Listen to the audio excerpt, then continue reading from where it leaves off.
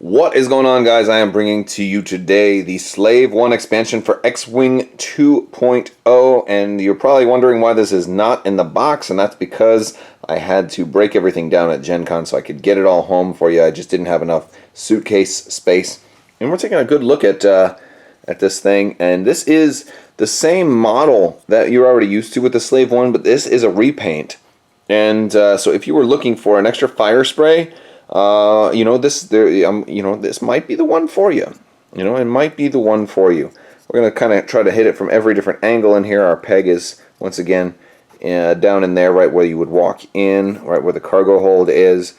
We've got some metallic looking detail on the engines, as well as this part, which is also an engine. Noticing a lot of paint apps in here on the wings that we didn't see before on the old one. The paint does a little more detailing in some of these discoloration and these patterns. And definitely I'd say the red on the bottom as well as the shine seems a little brighter. But don't take my word for it. Let's go ahead and compare it. So here is the original from 1.0. And let's go ahead and do a side-by-side comparison. So first thing, 1.0, 2.0. All right, this one's like a more faded, this one's a brighter green. Very, very similar, but not exactly the same. If we look at the underside there, not much paint. Underside there, way more paint. Let's look at the backs. It's hard to hold two of these at the same time because they're kind of big and these wings get in the way, so it's hard to put them right up next to each other. But you can see this, the green, the more colors, there's different, like this one's a lot more faded, a lot more distilled, and then this one's a lot more distinct and bright. So we're getting a lot more a lot more color on this new version. The wings also, so I guess it does have the same color on the wings parts, but here it's pink and here it's more metallic, more bronzy compared to here, and even the yellow there is a little bit lighter. It's just everything, all the paint apps on this version are more vivid and more bright. And then also the scoring, like the decay and the weathering that's on there, seems more, well, it's a different pattern. It looks maybe it's a little more natural on the 2.0 version. Or they're at least different patterns. Different weathering pattern. Both cockpits are pretty shiny. I feel like this 2.0 one is a little prettier, though.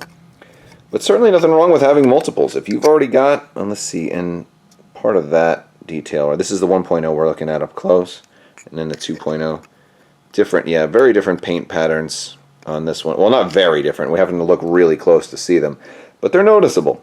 They're definitely there, so it's definitely, we got them both, nothing wrong. And a lot of people have repainted theirs anyway, so if you have repainted all of your fire sprays, and because it's one of those ships that's really attractive to repaint, then maybe you do want another one that's going to be kind of more closer to normal. So that's kind of what you're getting with this. And also you're getting a whole lot of new stuff. So first off, this is a medium base ship now.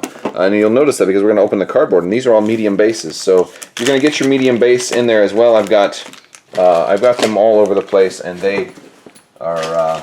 here's a whole bunch of... See, I broke everything down, so I've got all my bases just in bags. I had to try to consolidate. But your medium base ship is directly in between your small and your large base.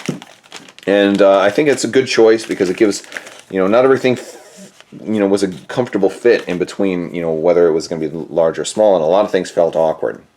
So we're going to have our dial here. So, and again, it's nice because a lot more ships are getting more maneuvers. Like we've got a Talon roll on this one now, which is extremely interesting. I don't know how this guy's gonna fly because I haven't actually flown this guy yet. We just got home, and or guy or gal, and it's still unpacking everything. And of course, we got lots of new bombs. So there's another thing that's nice to be able to get. Plenty of bomb tokens in case you really want to run some heavy bomb lists. Having extra tokens is always going to be a good idea. Especially here in 2.0. You're also going to notice everybody's got the bullseye firing arc in the front. Whether or not they even natively need to use it, there are upgrades that can trigger off of a bullseye firing arc. So not everybody has that, which is pretty interesting. Let's go ahead and take a look at our cards. So we're going to start off with Boba Fett, the man, the myth, the legend, or from a certain point of view, maybe our very first clone trooper. in our very first clone in this game, because, you know, Boba was a clone of Jango, and just an unmodified clone, so less docile, right? So more aggressive tendencies than the regular clones, and that's one of the things that made him so fierce. So now the Fire Spray has the front and auxiliary firing arc. You've got 2 agility, 6 hull, 4 shields. It's got boost built into it, which is crazy, right? Absolutely nuts. So having boost is pretty cool. This is also the reinforce, so it's going to be able to reinforce, but that'll be red. So if it wants to reinforce, it's going to take a stress from doing that. It's got a focus and a target lock. And Boba Fett is initiative 5, which is pretty high. There's very, very few 6s, so 5 is a really good initiative for an ace. Boba's ability: while you defend or perform an attack, you may reroll 1 of your dice for each enemy ship at range 0 to 1. Okay, similar to Scum Boba from before.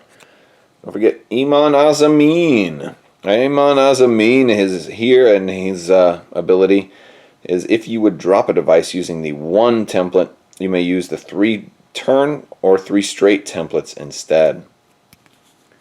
Again, it's very similar. Cath is going to be insane, I'm pretty sure.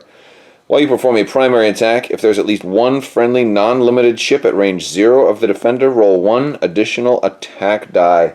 And this is meant to be thematic, so you can fly Cath with some Z95s, and so she can just be rolling extra. Now, extra attack dice are even harder to come by here. It's not that common that people are going to be going, you know, with 4 attack dice. And she can roll up to 5 if she's at range 1, so she's going to be somebody to watch out for. Koshka Frost, a new pilot name. While you defend or perform an attack, if the enemy ship is stressed, you may re-roll 1 of your dice. So less likely to need the target lock there. Always nice. Crassus Trellix. You may perform forward special attack from your rear arc. Special attacks being like if you wanted to give it some kind of cannon or something like that, right? Anything that could normally only go out your front arc, now you're saying you can do that out your rear arc. That's how I'm taking it. Maybe I'm mistaken about some of that, but that's what it looks like. And while you perform a special attack, you may re-roll 1 attack die. And then we have, Bounty Hunter. Yep, regular old Bounty Hunter. There's our generic. And we've got our quick build cards. The quick build cards are awesome. And again, everything you see here should be in the conversion kits as well. But if you want extras, you know, no harm in that. Lone Wolf. 1 charge, but regenerating. So basically once per turn. While you defend or perform an attack, if there are no other friendly ships at range 0 to 2, you may spend your charge to re-roll 1 of your dice. So, not something you can just do infinitely, but you do get to do it once per turn. Heavy laser cannon. Weren't we just talking about special attacks? This might be one of them, right? This might be one that you want to use with Crassus. You can do that heavy laser cannon out his rear if he wants. Could be fun. 4 attack die, but bullseye only. Well, so then I don't think you would actually be able to do that, because this isn't a special attack that can just go out of your entire front arc. This one has to be in the bullseye. So this actually might be one that you cannot do out your rear arc. We could probably be looking for things like missiles, which can probably go out Crassus's rear arc, but not as heavy laser cannon. So 4 dice, 2 to 3. After the modify attack dice step change, all crits to hits. But still, this is one of the few 4 dice attack stuff. Alright, concussion missiles, 2 to 3. You've got the missile symbol there as well for range bonus. Attack, spend 1 charge. After this attack hits, each ship at range 0 to 1 of the defender exposes 1 of its damage cards. And again, 3 charge. So you can fire this one 3 times. It's not bad. The crew version of Boba. Boba, Scum, starts in reserve. At the end of setup, place yourself at range 0 of an obstacle and beyond range 3 of an enemy ship. So this is kind of like what Han's ability was for the Resistance version. And you can do this for anybody that can take him, if they're Scum and they have crew, right? Alright, Perceptive Co-Pilot is another crew. If after you perform a focus action, gain a focus token. We've seen that before. It's in addition to the focus action that you're getting. Veteran Tail Gunner, after you perform a primary forward attack, you may perform a bonus primary rear attack. Oh, yes. I will take that. That's going to be so good on this ship. Inertial Dampeners before... here we go. Illicit. Before you would execute a maneuver, you may spend a shield. If you do, execute a white stop instead of the maneuver revealed. Then gain a stress token. Spending a shield means you may not want to do that too many times. It hurts you when you do it. Proximity mines. During the system phase, you may spend a charge to drop a proximity mine using the 1 template. And this card's charge cannot be recovered. Because there are cards out there that will recover charge even if it doesn't have the little plus. The different types of charge, some have a little triangle on there. That means you regenerate 1 each turn. But there's other effects that will manually regenerate them anyway. But nope, not that bomb, not the proximity mine. Seismic charges. During the system phase, you may spend 1 charge to drop a seismic charge with the 1 template. The Androsta adds a bomb slot. Right. Add that bomb slot. Oh, and it also gives you the ability to reload. Not bad at all. Marauder, we got an all-new title. All-new title. While you perform a primary rear attack, you may re-roll 1 attack die. And it also adds the gunner slot. And the Slave 1. After you reveal a turn or a bank maneuver, you may gain 1 stress token. If you do, set your dial to the maneuver of the same speed and bearing in the other direction. And then it also adds the torpedo slot. So this is just totally better than the old Slave 1 title. And that is it, guys. So if you like this video, go ahead and give it a thumbs up and let me know what you think down in the comments below. Do you think this is a better fire spray than the old one? Let me know. I'd love to hear your thoughts. Also, check out my other reviews, so if you want to compare any of the other stuff, make sure you do that as well. I want to thank you guys so much for watching, and as always, have a great day.